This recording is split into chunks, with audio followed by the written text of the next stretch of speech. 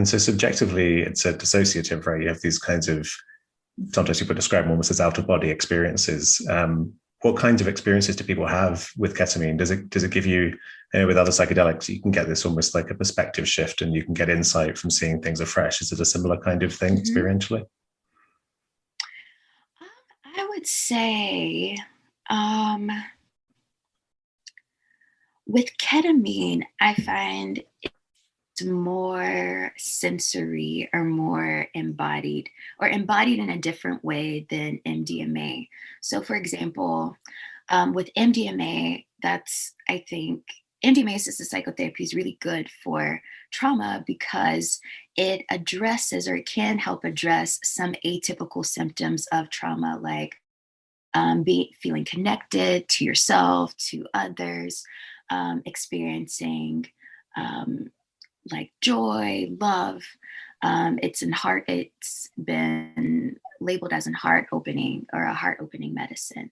And so I think for trauma, having someone experience that or have that as part of their experience can be super powerful. Whereas with ketamine, you don't have the same, or in my experience, it's not the same intensity of kind of joy, or um, that kind of happiness, so to say. But people, or patients, have absolutely talked about feeling very grateful, feeling connected to spirit, and some experiences where there's been intergenerational trauma that comes up, where they are utilizing power and strength from their ancestors to help resolve traumas in the now.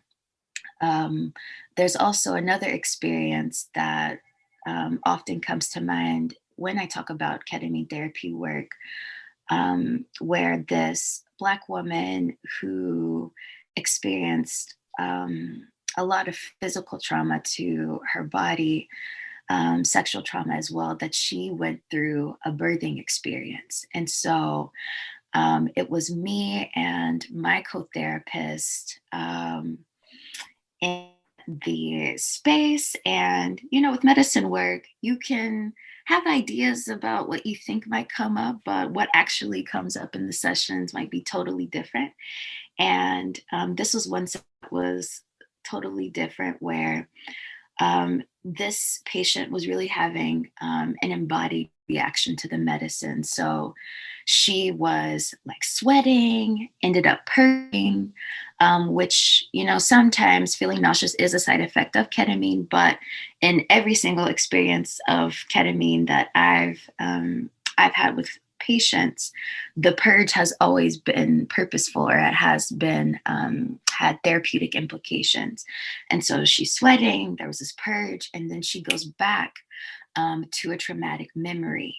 And we had to really do some energy work to help kind of create some flow in her body, because she kept getting stuck in moments that, again, she's just reliving this traumatic experience, but reliving it to have a corrective experience. And yeah, we witnessed her from going from this kind of tight, embodied space to literally feeling more relaxed, and her making a statement like, I feel like something in has been released, and her just being appreciative of that.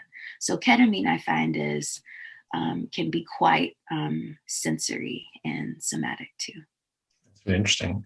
Yeah, and so on the for the audience, on the kind of biological side, people, ketamine acts on this receptor that's the main one involved in learning, and so people seem to think it's involved in boosting your ability of the brain to kind of learn. And so maybe with depression, it's kind of helping you to get out of a rut by the brain adapting. Do you see any kind of any evidence of this at the psychological level in the kind of people you work with, like evidence of, I guess, seeing things differently, relearning, greater kind of psychological flexibility after?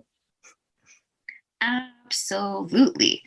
Um, not just, in the moment, but, usually the day after for integration, that is really the window of opportunity where the brain flexible, where we really encourage patients to try new things.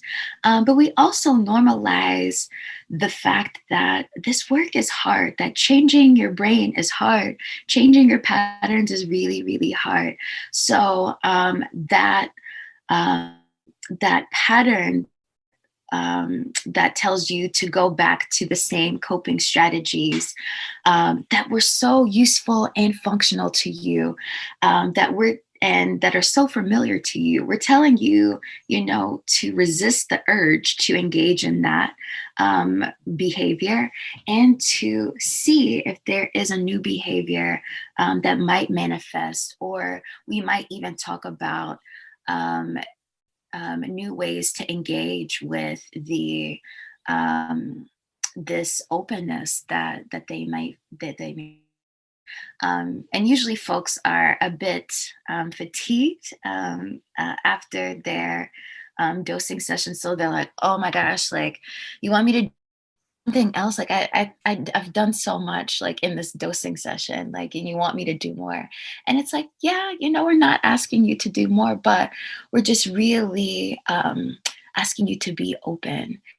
And I find that it's really important for therapists to be as specific as they can be with ketamine in the integration phases, just because clients can feel open and they don't know what to do with this new sense of openness. So, having them engage with interventions like behavioral activation, or really just helping them identify exactly what behaviors that they want to engage in, and helping them be accountable to those, and also giving them or letting them know to be compassionate with themselves if they don't get it perfect.